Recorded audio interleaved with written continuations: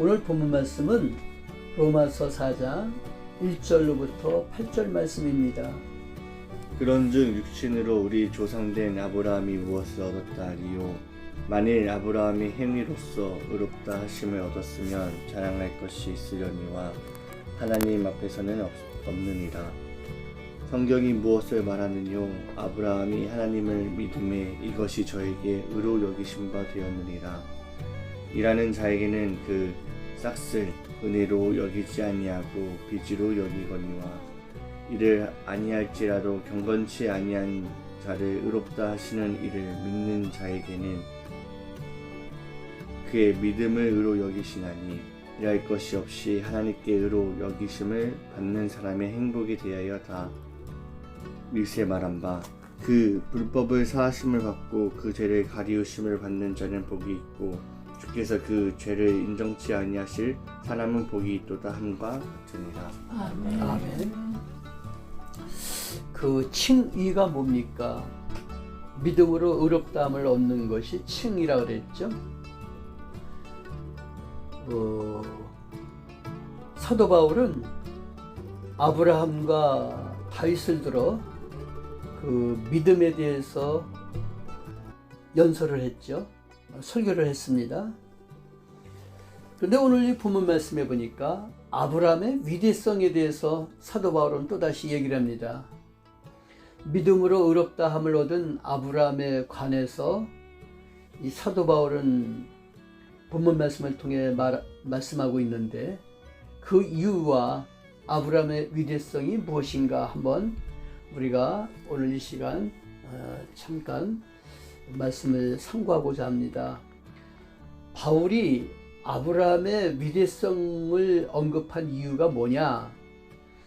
유대인들이 아브라함을 그 민족의 위대한 조상이요 모든 사람의 모범적 존재로 생각했으며 하나님과 정상적인 관계를 만드는 것은 율법이 정하는 바 행위에 있지 않고 말씀을 그대로 믿는 믿음에 있음을 증명하려 하는 것이었고 하나님이 처음으로 상대해서 말을 한 사람이고 하나님에 의해 선택되었고 하나님의 말씀을 듣고 순종한 사람이 바로 아브라함이었기 때문에 사도 바울은 유대인의 가장 존경한 아브라함을 들어 아브라함도 믿음으로 말미암아 의롭다함을 받았다라는 것이지 아브라함 스스로가 의로운 사람은 아니라는 거예요. 그걸 설명하기 위해서 사도 바울은 아브라함의 위대성을 이야기한 겁니다. 그렇다고 하면 우리는 아브라함의 위대성에 대해서 좀 더 우리가 연구를 해봐야 됩니다. 아브라함은 하나님을 그 말씀 그대로 믿었죠. 어떤 과감이나 뺀 게 없잖아요. 더한 거나 뺀 게 없어. 오로지 그러니까 아브라함은 하나님의 말씀을 그대로 믿었다는 거예요. 그러니까 아브라함은 한마디도 하나님께 왜 이렇게 해야 됩니까? 내가 이렇게 하면은 나에게 무슨 이득이 있습니까? 내가 이렇게 할 이유가 뭐가 있습니까? 라고 묻질 않았단 말이에요. 하나님의 시키면 노가 아니고 오로지 예스야. 무조건 따랐다는 거죠. 순종했다는 거죠. 그러니까 아브라함은 하나님을 완전하게 신뢰했고 하나님의 말씀을 그대로 받아들였다는 거예요.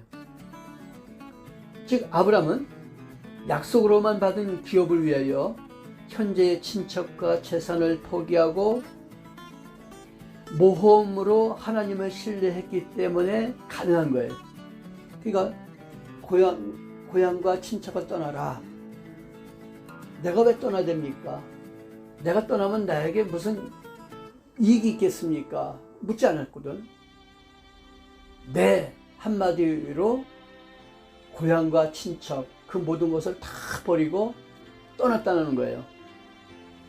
그러니까 하나님은 아브라함의 그런 믿음을 보신 거죠. 그러니까 하나님의 말씀이라면 무조건 순종한 아브라함. 그래서 하나님은 아브라함을 의인이라고 인정해 주신 거 아니에요.